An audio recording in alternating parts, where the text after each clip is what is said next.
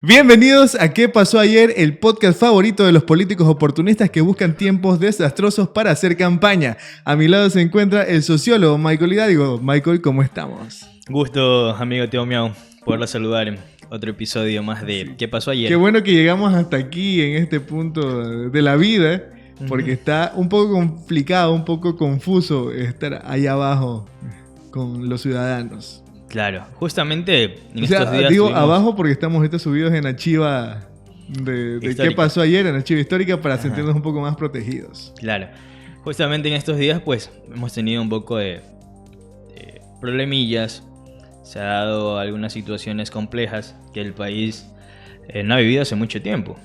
No ha vivido porque en algún momento de la historia, regresando a la democracia, pues tuvimos ciertos acontecimientos similares de que han dado o se ha dado como precedente aquello, ¿no?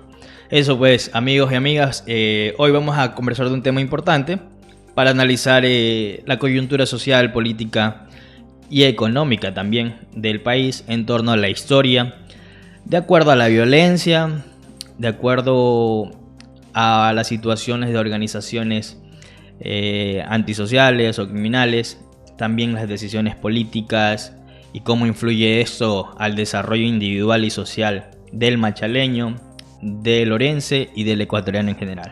A mí me gustaría que comencemos a hablar un poco de cómo se desarrolla esta línea de tiempo, porque somos un programa histórico. Vamos a ver si empezamos desde lo más actual o tal vez hasta lo más lejano. Lo más reciente es que esta semana estalló, tras la fuga de Fito, uno de los principales cabecillas de los choneros, una semana llena de violencia, llena de terrorismo. Es más, se declaró un conflicto armado interno. Los militares y policías están ahora mismo pues buscando a los grupos terroristas, antes llamados GDOs, grupos de delincuencia organizada, ahora son grupos terroristas como tal. Hay una lista de más o menos 20 organizaciones. Eso como punto final de esta historia. ¿De dónde se origina la violencia, mi queridísimo sociólogo? Claro, o sea, en la línea histórica, regresando a la democracia para 1979, hemos tenido algunos acontecimientos en torno a violencia, a sicariatos, a temas de extorsión, secuestros y demás. Sin embargo, nosotros para el tiempo de Febres Cordero pudimos apreciar o pudimos ver algo similar a lo que estamos viviendo hoy en día. Para ese tiempo no hablábamos de organizaciones criminales como lo estamos viendo ahora o se está escuchando ahora, de grupos armados y etcétera, ¿no? Para ese tiempo se escuchaba de un grupo donde quería luchar por un ideal que tal vez el trasfondo no era lo correcto, que denominado Alfaro Vive Carajo, donde Febres Cordero tuvo una lucha dura en torno a estos grupos que se unieron con una causa que en el transcurso del trayecto pues se fue dando otras directrices. Se fue torciendo. Podría decirse de esa manera, ¿no? Entonces eso es un precedente de lo que histórico de lo que estamos viviendo en la actualidad. Tiene tanta similitud de que podemos determinar que Febres Cordero fue un gobierno corte neoliberal. Ahora estamos viendo un gobierno de corte neoliberal y se están tomando decisiones fuertes y se están tomando decretos en todos los ámbitos, social, de seguridad, económicos, que de una u otra manera muchos no nos estamos dando cuenta. Para aquel tiempo, Febres Cordero tenía esta dura lucha en torno a este grupo. ¿En qué año es esto de Febres Cordero? 1984, si no me equivoco, fue aquello. 1984, Febres Cordero, sí, 84, 85, 86, 87, 88. Estuvo, me parece, en ese tiempo Febres Cordero. Si me equivoco, pues lo pueden corregir. Para ese tiempo, él tenía este problema con el grupo Alfaro Vive Carajo. Subversivos, un grupo subversivo de Alfaro Vive Carajo. Oye, entonces, nuestro queridísimo expresidente Lenín Moreno fue parte de Alfaro Vive Carajo. Alfaro Vive Carajo estuvo dentro de los ideales o como se lo quiso manejar, ¿no? Pero no fue por eso que le dieron el disparo. Me parece que fue luego de toda esta situación, que él también estuvo inmerso en marchas sociales, en la Amazonía y demás, que por ahí tuvo un punto de conflicto. Hay que darle un análisis a eso también. A mí me gustaría que nos vayamos mucho más atrás para empezar con este contexto, y es de dónde nace la violencia entre los humanos. ¿Por qué? Porque antes, en el tiempo de los cavernícolas, el que tenía el mazo más grande era tal vez el líder del grupo, el líder de la manada. ¿Qué pasó, amigo Andrés? Estaba un poco despistado porque estaba viendo unas cuestiones acá y escuché sin contexto, entonces tuve que volver a engancharme con el programa para Lo entender del de qué mazo más estábamos grande. hablando. Ya, claro. Pero sí. continúen, O sea, por favor. Porque el humano toda la vida ha sido de estar en grupos sociales. Entonces, desde ahí pues se tenía que enfrentar un grupo con otro grupo, ganar territorio, los que habían descubierto ya el fuego, los que habían descubierto las armas. Entonces, poco a poco, el ser humano comenzó a hacer sociedad, pero la violencia empezó justamente en ese proceso de hacerse un humano social. Si retrocedemos tantos años, pues en realidad nosotros somos animales, ¿no? Lo que nos diferencia es el razonar, el poder tener un raciocinio diferente al animal. Sin embargo, nuestro comportamiento siempre va a ser de violencia. Ahora, llega el punto en que tú pones la balanza, de que pones por encima la razón, que por encima las emociones y el ser violento, o pones por encima las emociones y el ser violento que la razón. Somos seres pacíficos con momentos de violencia. Somos seres violentos, o sea, nosotros tenemos... Todo el tiempo.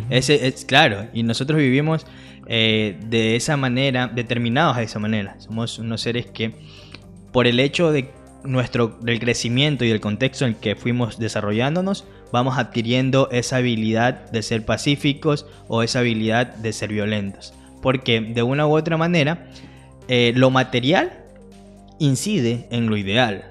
Entonces todo el contexto en el que nosotros nos hemos criado y en el que hemos evolucionado, pues va a incidir a nuestro comportamiento a futuro.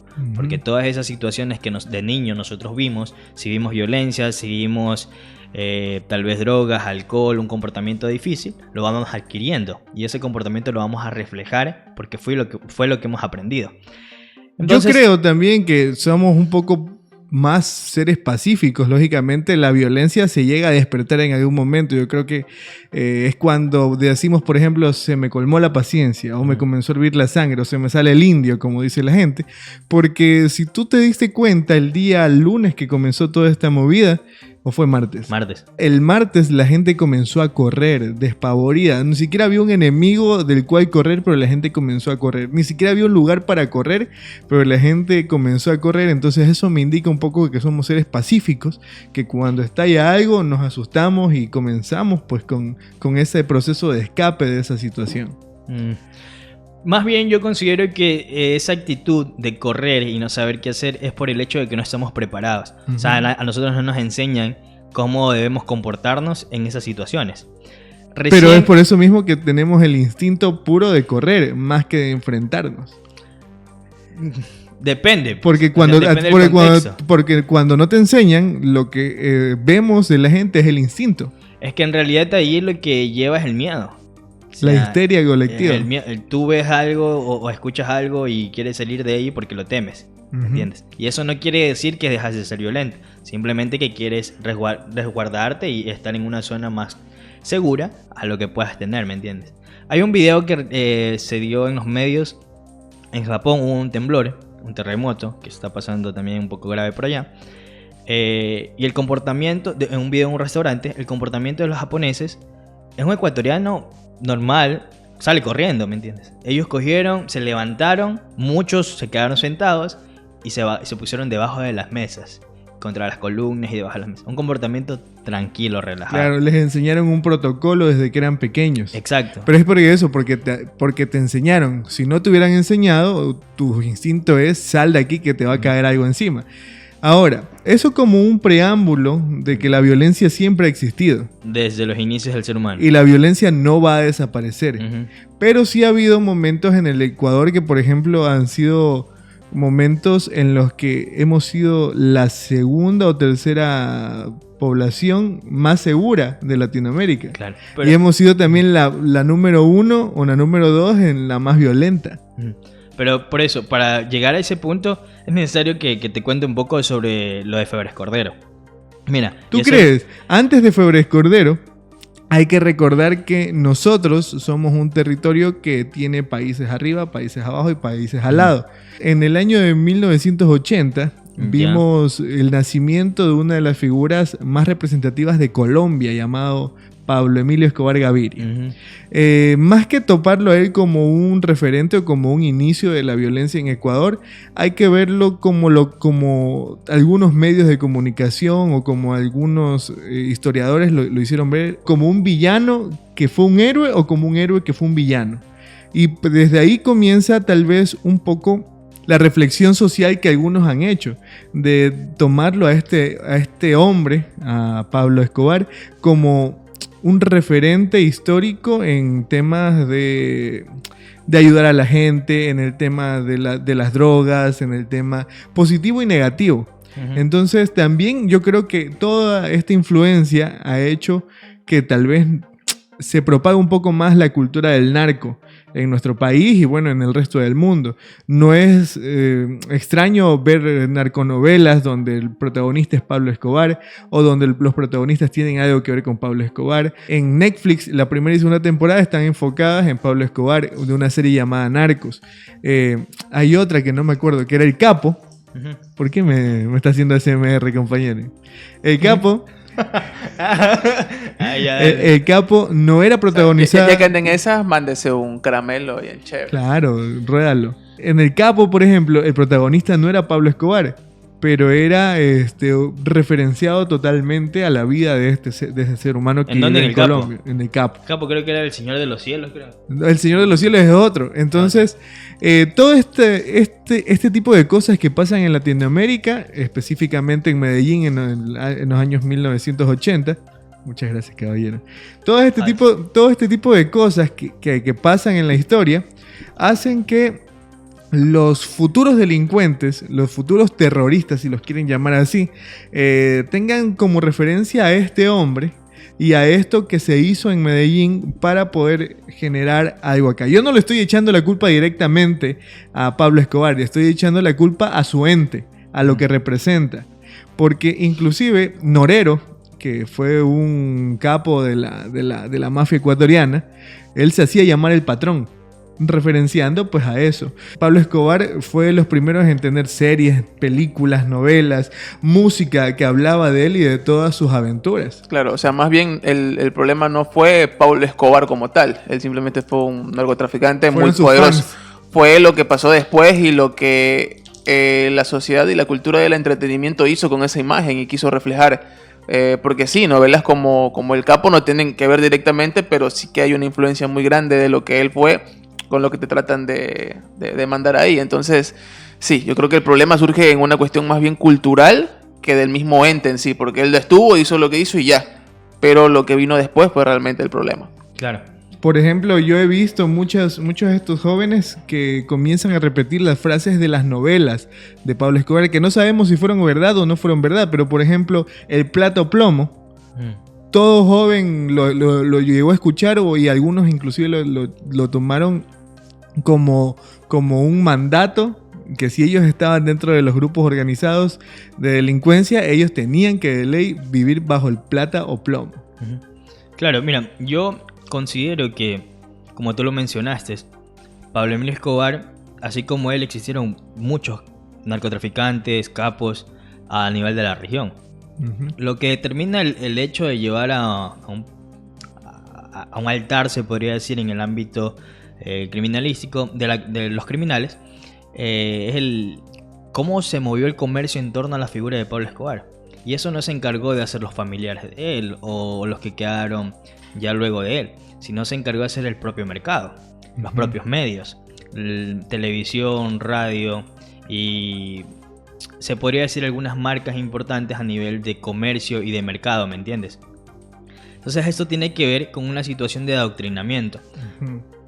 Tú llegas a generar masas con la gente que ignora muchas cosas y a eso se les cataloga. Cuando tú ignoras cosas y no sabes, eres ignorante.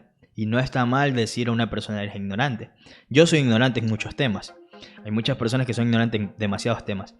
Por ende, hay sectores en que son ignorantes porque ignoran algunos puntos y no tienen la educación adecuada, y ellos son más fáciles, vulnerables a llegar a ser militantes de estas organizaciones, por el hecho de que no tienen otro perfil, no han pensado en llevar otra rama.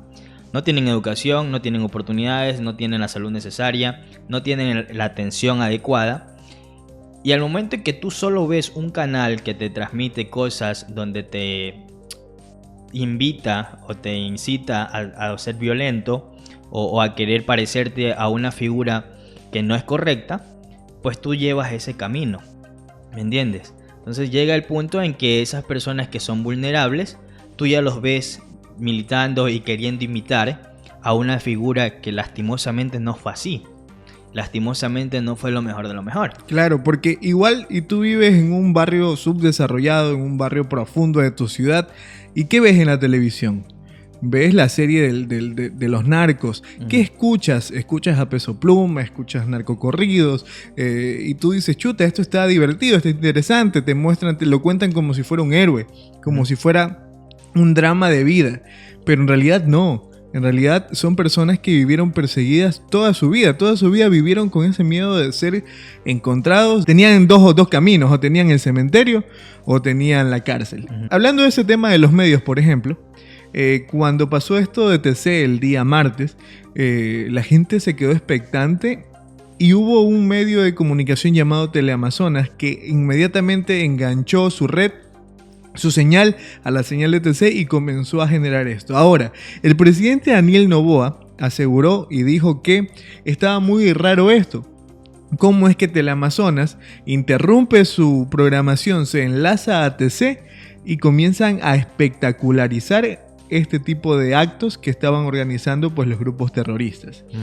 Hablando un poco de eso, de la espectacularización, de tenerlos como lo más bacán, o tenerlos simplemente como la noticia del momento y no se habla de más. Entonces ese tipo de cosas también contribuyen con este hecho de que las nuevas generaciones se sienten un poco atraídas hacia esto. O sea, porque por mucho más que tú intervengas en educación, que tú intervengas en salud, en nutrición, si los medios de comunicación y las redes sociales siguen viendo a estas figuras como los salvadores, o los siguen viendo como héroes, poco a poco ellos van a querer ser eso. Entonces, ¿cómo tú salvas a un niño de este tipo de cosas? ¿Por qué? Porque inclusive, si tú has visto, aquí tampoco yo es que vaya a abogar por estos señores, estos chicos que están sumergidos en este mundo, pero si tú ves, son gente relativamente joven, tal vez mucho más joven que tú o que yo, y que cuando son capturados se ponen a llorar. Son jóvenes que muchas veces no conocieron otro camino. Y no los estamos justificando, porque igual estos manes han asaltado, han matado, han extorsionado, pero son jóvenes, muchas veces ingenuos e ignorantes, como tú señalas, que se sintieron atraídos hacia esto, y mucha gente aprovechó esta atracción para agarrarse a esos jóvenes y mandarlos por este mal camino. Por ejemplo, no sé si tú te acuerdas que el año pasado, en el mes de diciembre, un chico fue hacia un lugar para extorsionar, prendió la bomba y explotó. Nunca les dieron a ellos un curso, por así decirlo, de cómo manejar estas bombas. En lo de TC habían chicos de 17, 18 años que tenían las granadas en la mano. Entonces, todo este tipo de cosas son producto tal vez de esto que yo te menciono en 1980 en Medellín, y con este ente llamado Pablo Escobar, que tal vez se pudo generar. Ahora sí, vámonos al Ecuador en la época de Febres Cordero. Para cerrar con lo de Pablo Escobar, si tú vistes, me imagino que sí, la serie, narcoserie de Pablo Escobar, El Patrón. Yo la pude ver, El Patrón del Mal. Pudiste analizar que la mayoría de los que hacían misiones, o de los que llegaban a matar, a asesinar, eran jóvenes y eran contratados por el momento. ¿Y qué te decían? Según la serie, ¿no? Si mueres en el acto, pues tu familia ya queda recompensada. O si no, pues ya te pagamos bien. Y no es que le pagaban millonadas. Era una misión para ellos, ¿no? Y la mayoría de estas personas que cumplen las misiones son jóvenes. Y es lo que siempre se ha llevado, porque son más vulnerables, porque no tienen una personalidad, porque no han adquirido conocimientos correctos, porque no saben discernir entre la ética y lo moral, ¿entiendes? Entonces, esta situación de la juventud, al no tener esas bases sólidas de cómo discernir tu comportamiento dentro de la sociedad, te lleva a equivocarte. Y eso no quiere decir que ese joven que se está equivocando hoy en día no puede corregir y puede tener oportunidades a futuro. Volvamos a lo de Febres Cordero. Febres Cordero por 84, Febres Cordero tenía este problema con Alfaro Vive Carajo. El pana, en son de la seguridad, llega a reunirse con Ronald Reagan, el presidente de Estados Unidos. Él, en conversaciones y todo, crean la primera escuela antiterroristas del Ecuador. Mandan a policías ecuatorianos a prepararse a Estados Unidos en temas antiterrorismo, porque ya Alfaro Vive Carajo era un grupo subversivo considerado terroristas. En son de minimizar la delincuencia, Febres Cordero trata de que nosotros, siendo un pueblo religioso católico, por primera vez trae al Papa Francisco a Ecuador. El Papa Juan Pablo II. Juan Pablo II, perdón, a Ecuador. Y por ende, también tratando de que nos dé la bendición y que la violencia minimice en el Ecuador y que los delincuentes tomen conciencia y demás. En pro de la seguridad y tratar de minimizar el tema de inseguridad en el Ecuador, Febres Cordero toma la decisión de que los militares y los policías lleguen a las calles y comiencen a hacer un comportamiento agresivo, comienzan a tomar un comportamiento agresivo hacia cualquier persona que vea sospechosa. ¿Qué pasa con esta situación? Que hay dos elementos directos. Uno, positivo, que reduces la ola de violencia porque ya tratas de minimizar el golpe de esta planta subversiva. Y la segunda, que es negativa, que son los efectos colaterales. Porque en ese tiempo, para Febres Cordero, hay que recordarlo, hubo muchos secuestros, desaparecidos, asesinados, muchos de ellos inocentes. Ahí se dio uno de los casos más grandes que estuvo el Ecuador de desaparecidos, que son los hermanos Restrepo. Mientras pasaba todas estas acciones en el tiempo de Febres Cordero para minimizar la delincuencia, para tratar de erradicar la ola de violencia que vivía el país, en la mesa se estaban generando algunas situaciones. Y estas situaciones era el primer tratado con el Fondo Monetario Internacional. Se firmaba la primera carta de intención con el Fondo Monetario Internacional. Ya Ecuador se estaba endeudando con Estados Unidos. Segundo, se subía de 2 sucres a 4 sucres el precio oficial del medio de transporte. Pagabas 2 sucres más. Tercero, se subían un 40% la gasolina en el Ecuador. O sea, mientras el Ecuador y los ecuatorianos vivíamos en zozobra, vivíamos con miedo, no queríamos salir, desaparecía gente, los militares estaban en calle, se estaban firmando decretos en mesas con ese tiempo el Congreso y el presidente, embargando al Ecuador, vendiendo al Ecuador, dándole poder a Estados Unidos a que Ecuador ingrese, a que Estados Unidos ingrese al Ecuador, y se generaban dos películas, uno que el ecuatoriano lo veía, que era la zozobra, y la otra de negociar ciertas cosas con Estados Unidos y Ecuador quedar encapsulado en este sistema económico. No está tan lejano el Febres Cordero de 1984 al Daniel Noboa del 2024. Qué coincidencia, 4-4. Mira, a Lazo le costó mucho que se aprueben decretos. Van menos de 2 semanas y Daniel Noboa va aprobando 2 decretos. Mientras existe una ola de inseguridad inmensa, que no la justifico, que no estamos diciendo que esto es creado, se están firmando decretos y se están haciendo relaciones que pueden perjudicar al Ecuador en un futuro. Claro, y lo que yo decía en algún momento sobre la Asamblea Nacional, ahora que hay un acuerdo, hay un pacto político, todo lo que Daniel Noboa está enviando lo están aprobando. Claro. Pero ¿quién vigila que Daniel Noboa en ese proceso no se salga con la suya en algunas ocasiones? O que no sea todo por el bien del Ecuador, sino por el bien de algún grupo externo o de algún grupo con poder. Entonces, ¿quién vigila todo esto? Mira. ¿Quién está ahí? Cuando en realidad todos los poderes del Estado, como se le acusó en su momento a Rafael Correa de que manejaba todos los poderes del Estado, ahora no tenemos esa acusación, pero parece ser que todos los poderes del Estado van enrumbados en el mismo hilo. Claro, mira, hay una doctrina que se llama la doctrina del shock. Esa doctrina nos habla sobre cuando a ti te golpean inesperado, estamos aquí, yo te golpeo, tú te quedas en shock, pues, ¿no? Te quedas así y sin reaccionar, porque tú no te lo esperabas. La doctrina del shock es muy aplicada en el ámbito político. Cuando un mandatario más se lo inclina a uno de derecha, llega al poder, enseguida toma decisiones drásticas y golpes que no da reacción a la ciudadanía. La doctrina del shock se la ve aplicada en el 2024 por parte de Argentina, con Javier Milei, y por parte de Daniel Noboa en el Ecuador.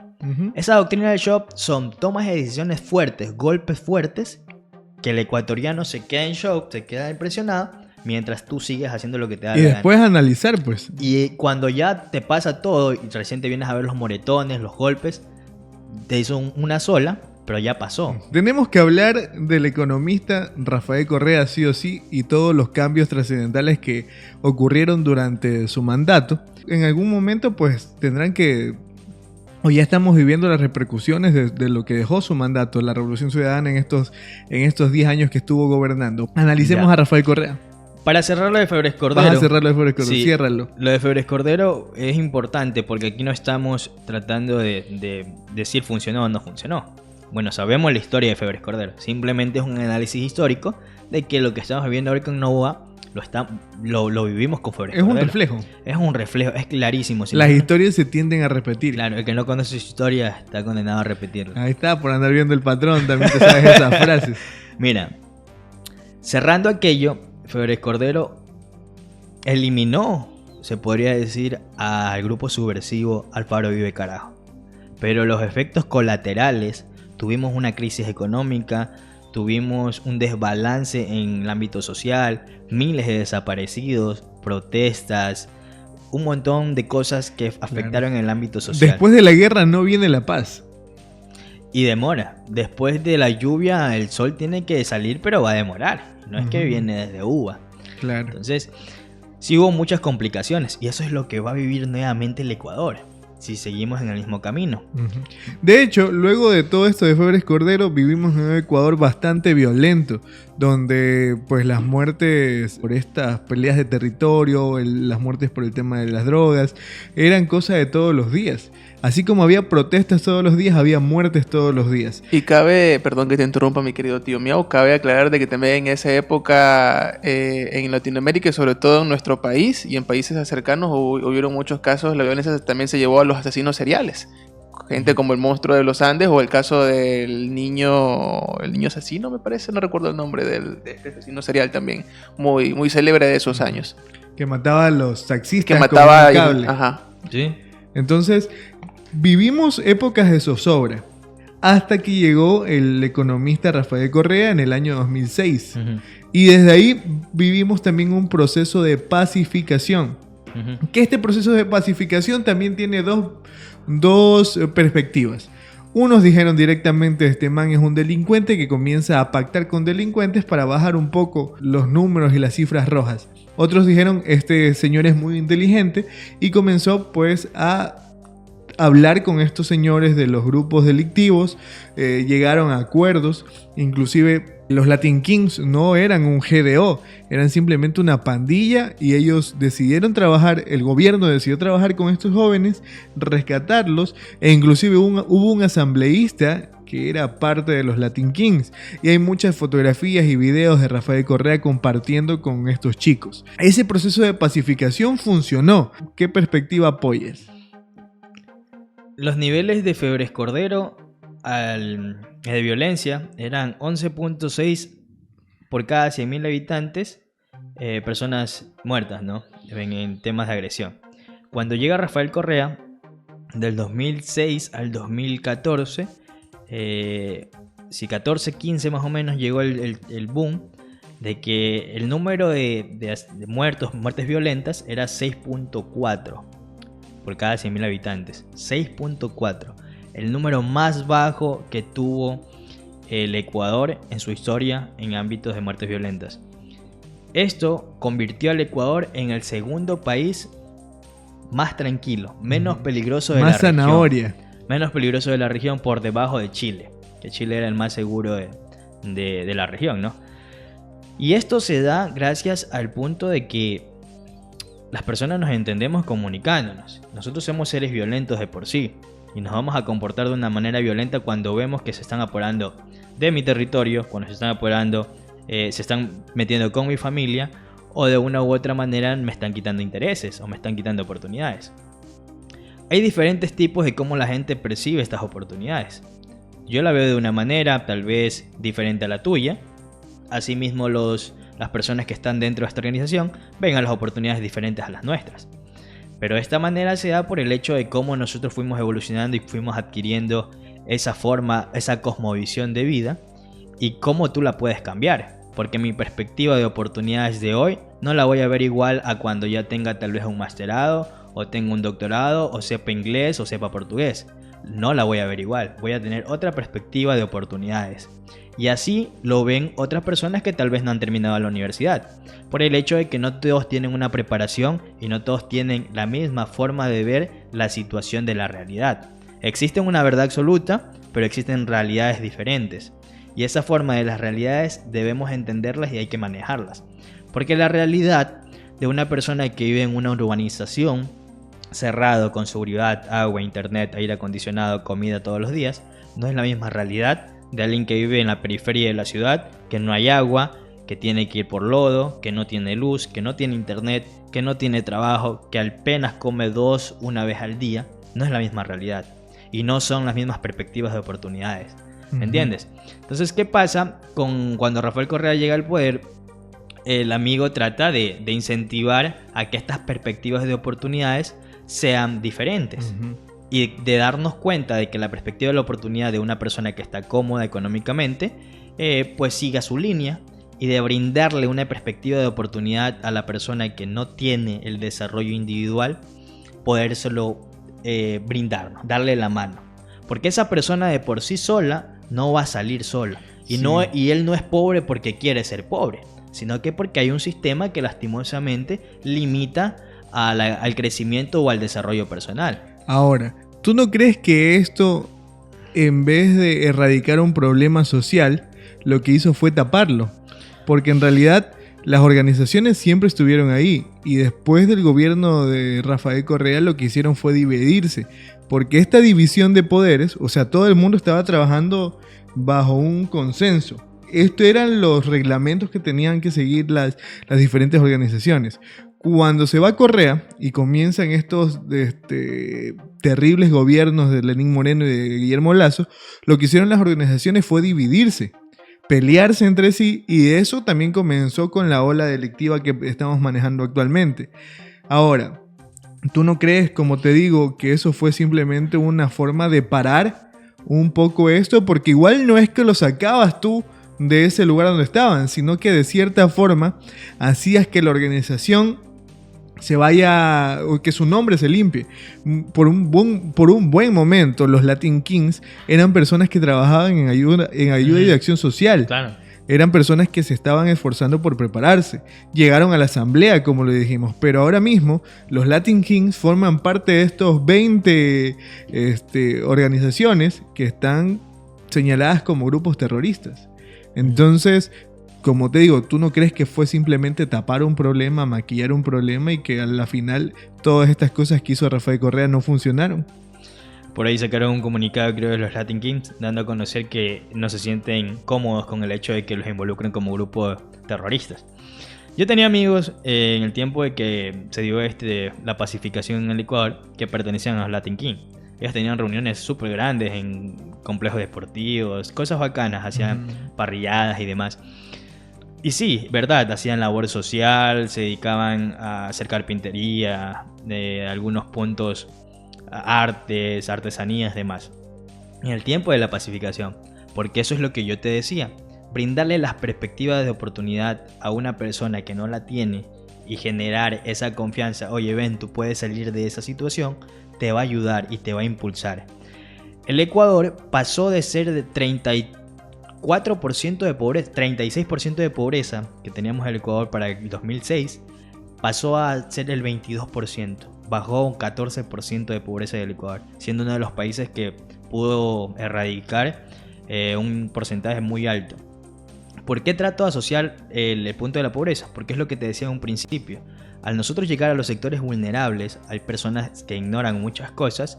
La mayoría son pobres, ¿no? Porque no tienen ese nivel de oportunidades. Uh-huh. Pero si tú, como gobiernos, con políticas públicas que impulsen en el área social, en el ámbito de salud, en el ámbito de trabajo juvenil, tratas de involucrar a estas personas que están de una u otra manera con una perspectiva diferente, pues vas a tener ciertos logros. Uh-huh. Para mí, yo considero, desde mi punto de vista, que esto fue un punto acertado. El hecho de tratar de relacionarse. Sin embargo, al no mantenerse esas políticas de gobierno, porque hay que tener en cuenta que las políticas de Estado se mantienen, así sea la línea de gobierno que cambie, pero cuando hay una política de gobierno, si yo puse una política de gobierno siendo presidente y de ahí tú fuiste presidente, tú la puedes cambiar. Y esas políticas de gobierno son las que no permanecen. Uh-huh. Y por eso es lo que esa línea, lastimosamente, no se mantiene. ¿Qué pasa? Cuando llega el tiempo de Correa existió una inversión social brutal. Y eso creo que lo estamos olvidando o muchos lo negamos, de que existieron una atención a la salud diferente, una atención a la educación diferente, el registro civil, tú ya entrabas de una manera diferente, sacabas tu pasaporte, tu cédula.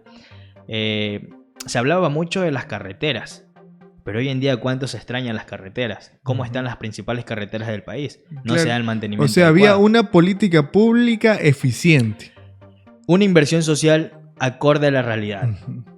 Ahora, con este cambio de política pública, con este diálogo ya que queda totalmente abandonado, podemos decir entonces que el culpable de toda esta ola delincuencial es Lenín Moreno. Más que echar culpables a personas, es un sistema. Cuando nace la delincuencia, o se dice históricamente el grupo de estas organizaciones criminales, pues una de las principales fueron los choneros, lo que ahora está generando... ¿En qué momento nacieron los choneros? Lo que yo tengo más o menos, y me pueden corregir, la historia en 1997-98 existía en Manaví, en Chone, los queseros. Había un grupo delictivo que se llamaba los queseros. Llegaron los choneros a instaurarse y tomaron fuerza. Y de ahí se fue expandiendo a todos los diferentes puntos de Puerto Viejo, Manaví, etcétera, Manta y demás. O sea, los choneros ya existían en la época de Rafael Correa. Ya existían los Latin King, los Ñeta, los choneros. Existían diferentes bandas que no tenían el mismo poder o el mismo hincapié que hoy en día, pero existían. Y por eso, pues, al conocer la realidad, en 2006 no era el mismo punto de conflicto armado que hoy lo vivimos. Uh-huh. Hoy tú ya ves a unas organizaciones criminales con un poder de bélico fuerte. Tienen muchas armas, tienen unas estrategias. Si la policía toma una decisión, ellos ya tienen un paso adelante. Tienen una estrategia diferente, inteligencia. Ya saben cómo se... Tienen claro. Poder político, están inmersos en la política. Tienen fiscales, tienen jueces, tienen guías penitenciarios, tienen policías, tienen todo, ¿me entiendes? Ahora, están articulados. Eso de ahí, por ejemplo, en el tema de los choneros en particular, ¿tú no crees que la figura de Pablo Escobar y la figura de Fito actualmente son similares? Así como Noboa es un reflejo de Febres Cordero, ¿tú no crees que Fito es un reflejo de Pablo Escobar? Hay mucha gente que lo quiere, muy aparte de su organización, que su organización pues da la vida por él, pero hay mucha gente en Chone, mucha gente en Esmeraldas, que lo consideran a él como un ser humano valioso. Entonces también está un poco representado por eso de ahí. Claro. Porque no es que todo el mundo en estos momentos esté en contra de Fito. Fito fue un desencadenante para que esta semana el país esté como esté. Pero igual la gente lo tienen, hay diferentes perspectivas. Inclusive él tiene un corrido, hay que si tú escuchas el corrido, lo tienen como un ser humano solidario, con corazón de oro, y que está perseguido por un sistema político. El ser humano siempre tiene 3 puntos en lo que quiere seguir, que es el estatus, el ser reconocido y el poder. Todo ser humano quiere eso. Y aún más si tú estás liderando un grupo como lo está liderando Fito. Claro. Y él siempre va a querer poder, siempre va a querer ese estatus y siempre va a querer reconocimiento. Ahora, ¿tú no crees que eso también, la figura de él no es atractiva para los jóvenes? Porque igual, mira, te pongo un ejemplo. Yo tengo 30 años, soy de un barrio del sur de Machala. Toda mi vida he estado estudiando, preparándome, y estoy poco a poco consiguiendo pues mis cosas, pero muy, muy, muy lento. Ahora, hay un tipo de 30 años del sur de Machala, que actualmente tiene 2 carros, una doble cabina, que tiene ya el tercer piso de su casa, pero que todo el mundo sabe que se dedica a actividades delictivas. Ahora, ¿cómo a mí, que soy el otro lado de la moneda, no me va a ser atractivo eso?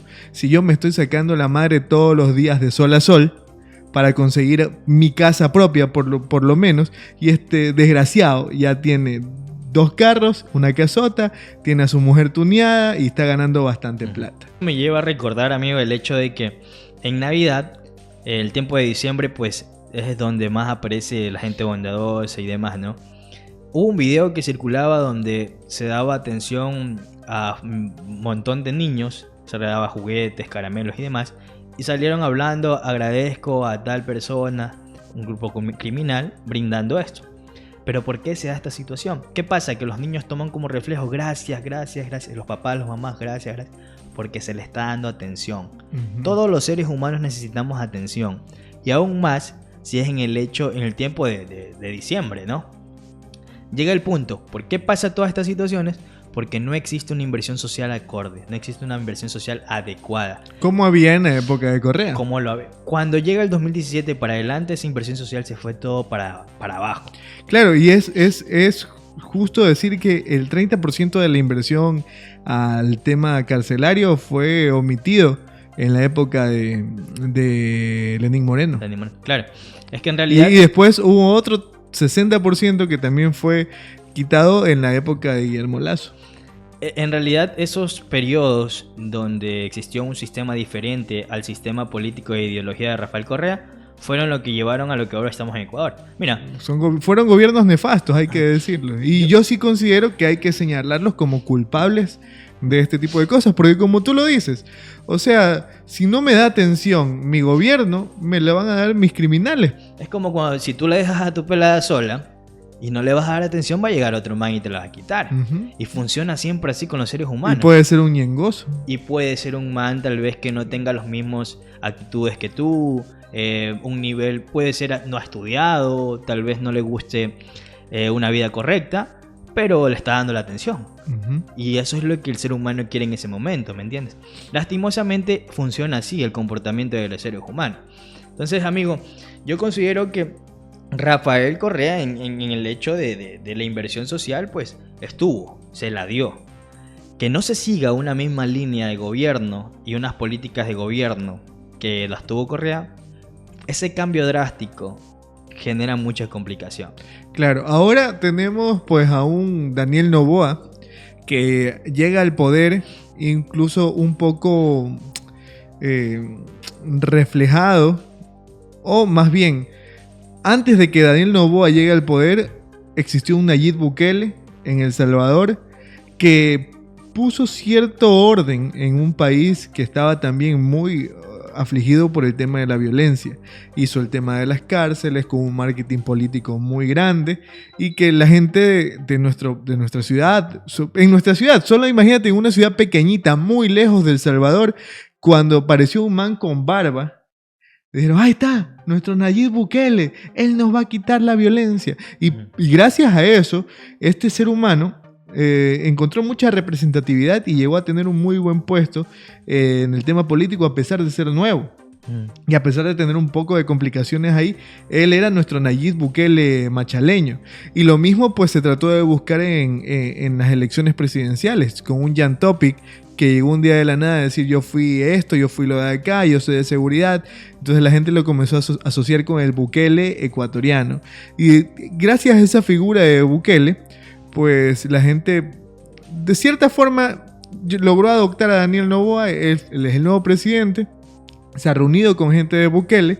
Y pues ahora mismo Daniel Noboa tiene una presencia muy parecida a la de Bukele, porque él primero comenzó con el tema del no negociar con los terroristas y pararse firme, y comenzó pues con el decreto de acá, con el primero el decreto de excepción, el primero en su mandato, y segundo con el estado de conflicto armado interno.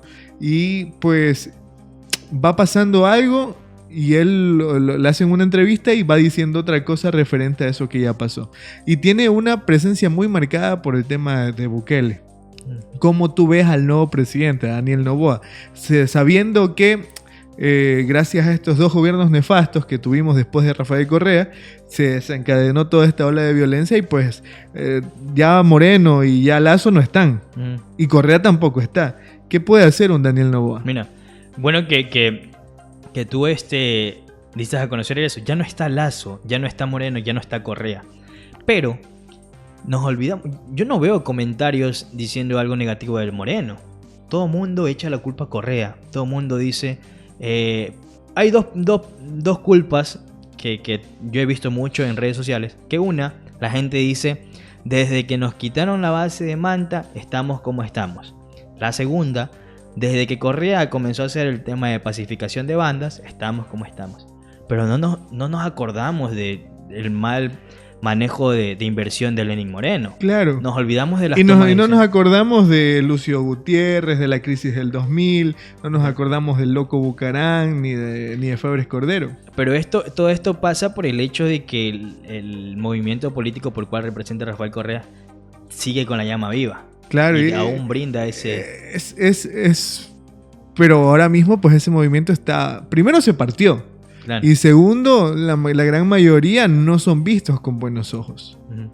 ¿Pero por qué? Porque muy aparte de todo este tema social, existe un tema político y económico que aún no está esclarecido. En el tema político, por ejemplo, ¿cuántos perseguidos políticos hay del movimiento de Rafael Correa? En el tema económico, ¿cuántos millones de dólares no se perdieron? No fue un gobierno perfecto. No lo podemos señalar como el mejor gobierno que ha tenido nuestro país. Fue un gobierno donde hubo una época de paz, donde hubo una reducción del tema de violencia. Llegamos a ser el segundo, como bien lo nombramos, pero no fue perfecto. Uh-huh. Entonces, pero tampoco podemos quitarle culpa a Moreno y a Lasso de todo lo que hicieron. Claro. Por ejemplo, en 2023, donde gobierna Guillermo Lasso, cierra con un número colosal de muertes violentas. Uh-huh. 7.592 muertes 2023, un número exorbitante. Nunca en la historia del Ecuador hemos tenido ese número de muertes violentas. Con Rafael Correa era 6.4 de cada 100.000 habitantes se moría de esta manera. En el tiempo de Guillermo Lasso, 2023, cerrando el año, 44.9 personas por cada 100.000 habitantes. Subimos una inmensidad. Bueno, yo lo bueno que he visto es que la gente ya tiene este concepto gracias al marketing político que nos lo pusieron en la cabeza de que la culpa es de Correa y la culpa es de Correa y la culpa es de Correa. Pero yo actualmente he visto que Daniel Noboa está muy sujeto pues, a algunas acciones que hizo Rafael Correa y también está muy sujeto a la bancada de la Revolución Ciudadana en la Asamblea Nacional. Y la bancada de la Revolución Ciudadana es la que le va aprobando todos estos decretos. O sea, son proyectos de ley, me parece. Claro. Los decretos ya los hace. El proyecto de ley. Sí, los proyectos de ley que el presidente envía a la Asamblea, pues la Asamblea los está viendo con buenos ojos. Y esos son los de la Revolución Ciudadana, que tienen una gran bancada. Uh-huh. Ahora, desde el día martes se comenzó a hablar de una unidad.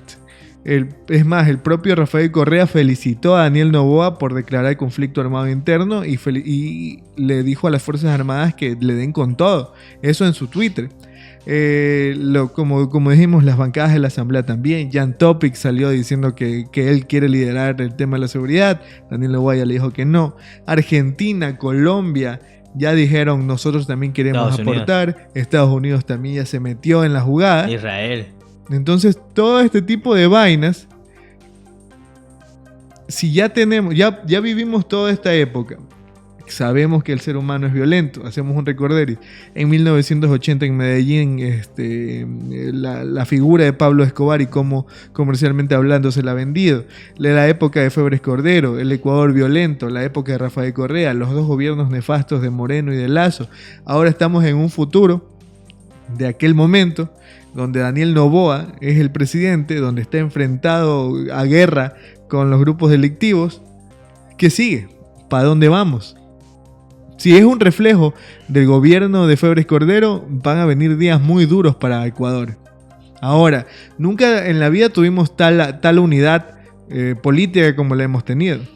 Escucharlo a Rafael Correa brindarle todo el apoyo a un presidente opuesto a su ideología y que le ganó recientemente en urnas es muy complicado. Uh-huh. Aunque sí se lo hizo igual con Lazo, Correa también se le estrechó como que tratando de incentivar a que se genere esta minimización de la ola de violencia.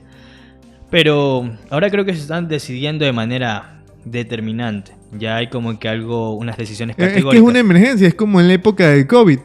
¿Cuántos virus no han existido durante todo los últimos 20, 40 años?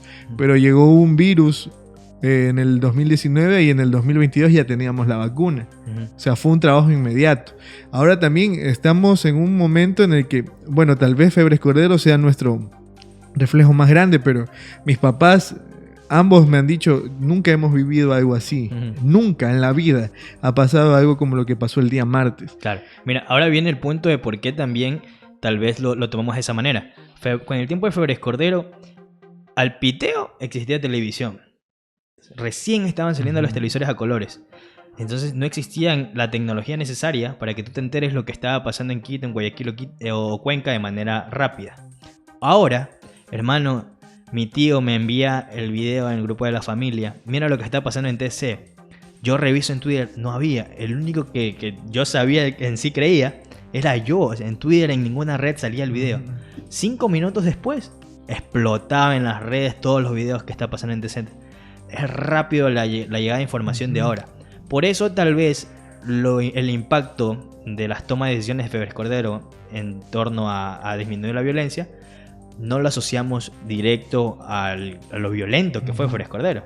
Fue muy violento, existieron muchas situaciones complicadas. Por ende, tal vez tus papás digan, no, pero Febres Cordero es el precedente para lo que estamos... Claro, hoy en día, hermano, tú ves, o sea, nunca se han apoderado de un medio de comunicación como es TC Televisión. Nunca ha pasado estas situaciones de bombardeos a nivel nacional. Y hablamos de una situación que fue novedosa y alarmante para toda Latinoamérica, porque a pesar de que hay países muy, muy abatidos por la violencia también, como México y Colombia, jamás había ocurrido algo así en todo el continente. Marcamos un hito lamentablemente negativo. Claro. Ahora, todas estas cosas, estamos viviendo actualmente una guerra, un conflicto bélico. Vamos a tener también que luego, o sea, sabemos que luego del gobierno de Febres Cordero pasaron muchas cosas negativas. ¿Qué cosas van a pasar en el gobierno de Noboa? No sabemos, tenemos todavía un año aproximadamente de su gobierno. También en muchas cosas se han dicho de que esto es una campaña suprema para que se lo escoja en el año 2025. Pero también hay, por ejemplo, este tipo de cosas que se originaron hoy que estamos grabando esto. Hoy es viernes 12 de enero y pues salió la noticia de que el IVA se iba a incrementar del 12 al 15%. ¿A quién beneficia esto? Cuando Correa... Estamos en una guerra y la guerra es costosa porque hay que darle de comer, hay que darle recursos, las municiones a las Fuerzas Armadas y también a la policía. Claro. Cuando Correa subió del 12 al 14% del IVA. Al 16. ¿Al 16 fue? ¿En el terremoto? ¿No fue al 14? Fue al 16. Fue al 14. Al 14% en el terremoto del 2016. En el 2016 se fue. Correa era lo peor del mundo, pues, hermano. ¿Qué diablo? ¿Cómo va a hacer eso? Ahora lo vemos como que fuera un hecho necesario. Pero hay un proceso activo con el tema de la reconstrucción de Manabí y ese 14%. Hay un proceso judicial activo. Claro. Que igual la plata no se sabe si fue usada o no fue usada. Ese es otro tema, pero podemos determinar el hecho de que ¿Es necesario subir ahora el porcentaje del IVA para que se pueda mantener? Cuando un mandatario diga, vamos a estar en modo guerra, vamos al país a hacer... Debes tener en cuenta diferentes directrices. A ver, ¿tienes el armamento bélico necesario? ¿Tienes el personal necesario? ¿La estrategia adecuada para poder generar esto? ¿Conoces cuál es tu oponente? ¿A quién tú vas a contraatacar? ¿Me entiendes? Entrar a un modo guerra debes tener varias estrategias. Y Ecuador no lo está listo. Y Ecuador no tiene todos los recursos. ¿Qué te toca? Veníamos conversando desde el programa pasado que el populismo es hacer o decir cosas que el pueblo quiere escuchar o que quiere ver. Y veníamos hablando sobre la consulta popular y de cómo estaba sobre la consulta el tema. Estaba la pregunta de que si la gente quiere que... Estaba la pregunta sobre si la gente quiere que los militares salgan a patrullar las calles junto a la Policía Nacional. Y la gente decía, efectivamente, queremos eso, queremos ver a los militares en las calles para poder sostener un poco esta situación. Ahora, pasa directamente a un conflicto bélico y es cuestión de un documento para que las Fuerzas Armadas estén en las calles. Y es que ahí te das cuenta, mira, hace una semana conversábamos de que eso nosotros lo íbamos a determinar en urnas. Pero cuando hay la urgencia, hermano, ahí nos damos cuenta que el presidente lo pudo haber hecho sin una consulta. Decrétalo ya. Y todas esas 10 preguntas podía hacerlas sin una consulta. Y era populismo neto. Y nos agarraban unos 30, 35 millones que creo que cuesta la consulta popular. Nos ahorrábamos.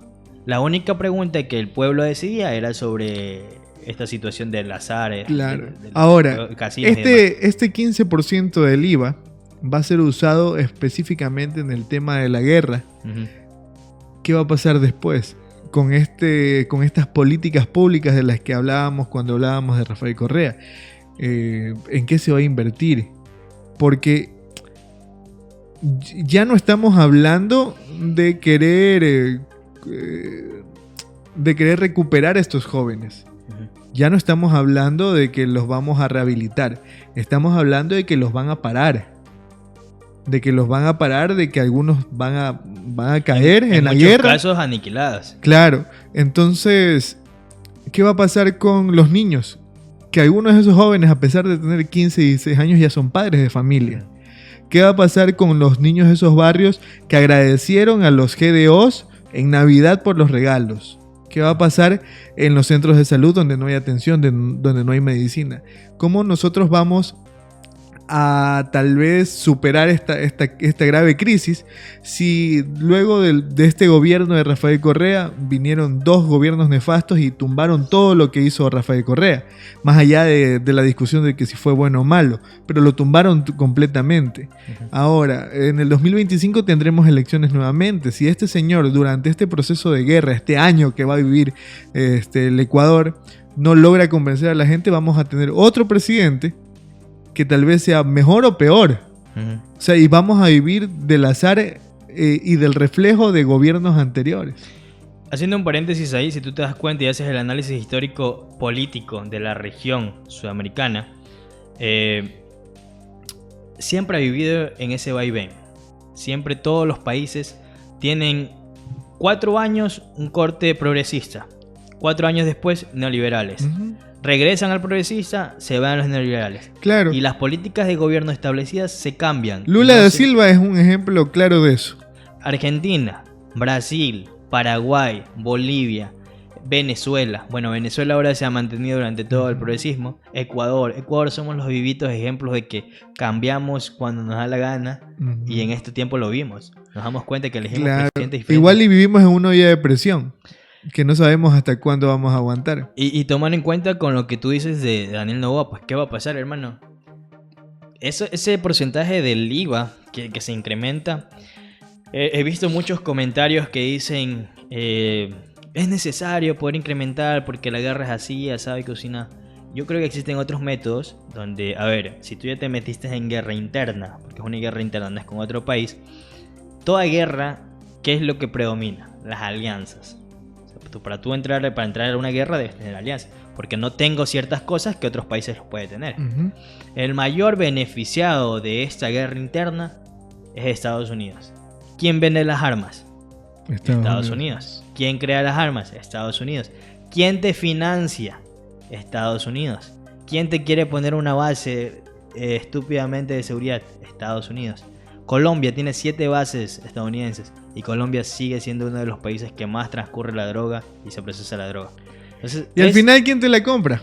Estados Unidos. O sea, todo se maneja dentro de un sistema que, por medio de estas situaciones de los medios digitales, los medios de comunicación, nos ciegan y no nos damos cuenta de que de una u otra manera estamos situados o manipulados dentro de todo de esta situación. No digo que esto es una imaginación, esto es real. Hay una oposición fuerte contra las bandas delictivas, hay delincuentes, sí las hay, que muchos de ellos merecen tener una condena fuerte, merecen que estén dentro de las cárceles y también muchos de ellos merecen tener una rehabilitación social adecuada. Porque como tú lo mencionaste en un principio, vemos chicos de 18, 19, 20 años que ellos no están, o sea, ellos conocen una forma de vida, tienen una perspectiva de oportunidad y para ellos esa es su única oportunidad de salir adelante. No tienen otra perspectiva de oportunidad. Ponte a pensar que sean jóvenes, sales del colegio, vives en una zona marginal, te toca ir a cargar banano. Cuando ves que otro man que se dedica a hacerle daño a la gente está forrado en plata y que todos los fines de semana sale con mujeres, tiene ya su carro.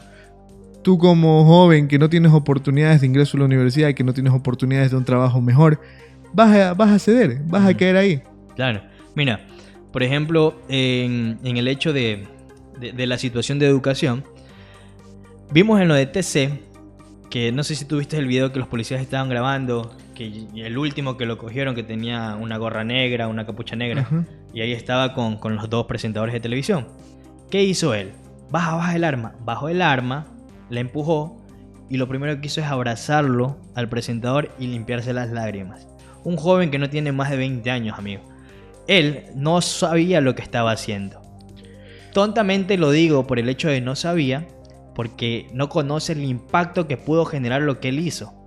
Él sabe de su realidad, sabe todo lo que va a hacer, pero no sabe lo que le puede causar toda esta situación. O sea, en la guerra siempre va a haber 2 bandos enfrentados y mucha carne de cañón que son estos jóvenes y las Fuerzas Armadas. O sea, estos chicos, que si no me equivoco fueron 14, 15 chicos de entre... Creo que el más joven tenía 16 y el mayor que tenía 25. O sea, estos chicos no eran conscientes, porque en realidad si ustedes analizaron todo el incidente en TC, los chicos estaban haciendo en vivos, estaban haciendo señas, estaban bailando. Ese grupo de chicos no eran conscientes de que estaban ocasionando una de las crisis, o sea, que fue el detonante de una de las crisis, no únicamente en el Ecuador, sino en toda la región, y que estas imágenes le dieron la vuelta a todo el mundo. Claro, y estos pelados fueron mandados por alguien. Es que ese es el punto, mira, a nosotros nos muestran, por ahí hay un video que está circulando, que cogen a un señor y dicen... di que ¿cuál es el mejor presidente del Ecuador? Daniel Noboa, gracias por rehabilitarme. Hermano, es uno solo. No es anda con muchas armas ni nada. Él, creo que su peor pecado es tener el problema de adicción. Y lo agarran, le pegan, le meten manazos, lo hacen cantar, demás. Pero ¿estás seguro que él es un extorsionador, es un terrorista o es algo...?